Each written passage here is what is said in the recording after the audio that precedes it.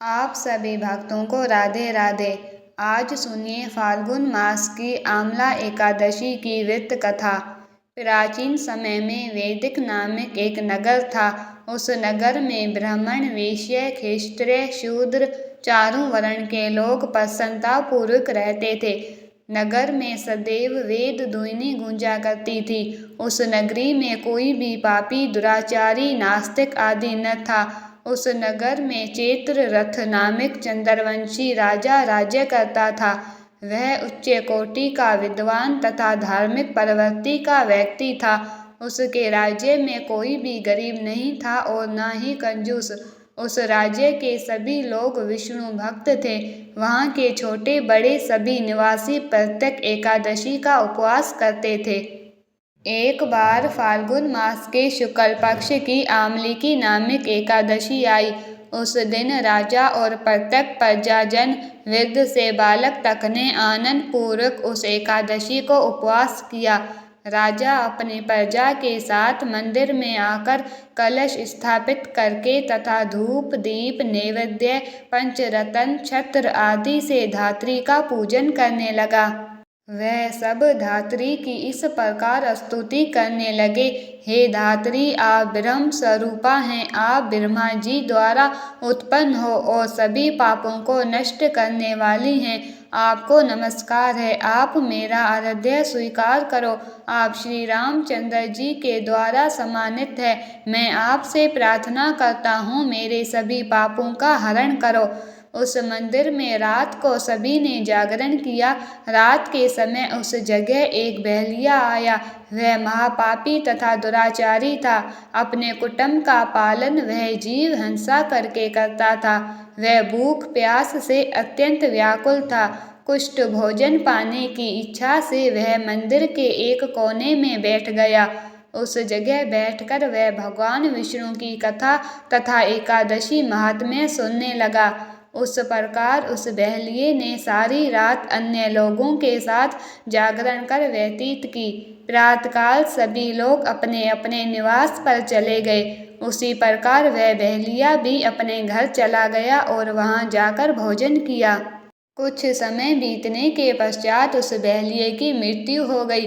उसने जीव हिंसा की थी। उस कारण हालांकि वह घोर नरक का भागी था, परंतु उस दिन आमलिकी एकादशी का व्रत तथा जागरण के प्रभाव से उसने राजा विदुरथ के यहाँ जन्म लिया। उसका नाम वसुरथ रखा गया।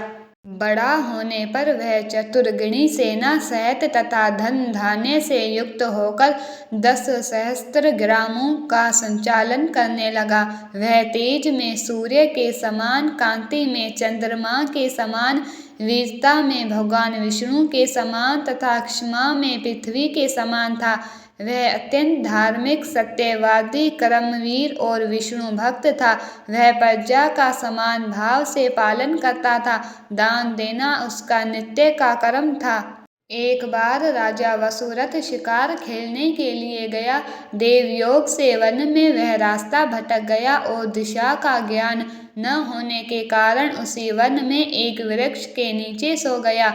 कुछ समय पश्चात पहाड़ी डाकू वहां आए और राजा को अकेला देखकर मारो मारो चिल्लाते हुए राजा वसुरथ की ओर दौड़े। वह डाकू कहने लगे कि इस दुष्ट राजा ने हमारे माता पिता, पुत्र पौत्र आदि समस्त संबंधियों को मारा है तथा देश से निकाल दिया। अब हमें इसे मारकर अपने अपमान का बदला लेना चाहिए। इतना कह वह डाकू राजा को मारने लगे और उस पर अस्त्र शस्त्र का प्रहार करने लगे। उन डाकुओं के अस्त्र शस्त्र राजा के शरीर पर लगते ही नष्ट हो जाते और राजा को पुष्पों के समान प्रतीत होते। कुछ देर बाद प्रभु इच्छा से उन डाकुओं के अस्त्र शस्त्र उन्हीं पर प्रहार करने लगे, जिससे वह सभी मूर्छित हो गए। उसी समय राजा के शरीर से एक दिव्य देवी प्रकट हुई। वह देवी अत्यंत सुंदर थी तथा सुंदर वस्त्रों आभूषणों से अलंकृत थी। उसकी भ्रुकटी टेढ़ी थी। उसकी आंखों से क्रोध की भीषण लपटें निकल रही थी।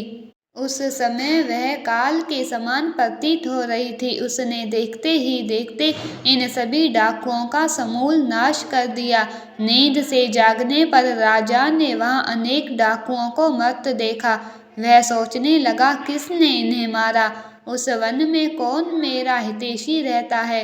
राजा वसुरथ ऐसा विचार कर ही रहा था कि तभी आकाशवाणी हुई, हे राजन, इस संसार में भगवान विष्णु के अतिरिक्त तेरी रक्षा कौन कर सकता है?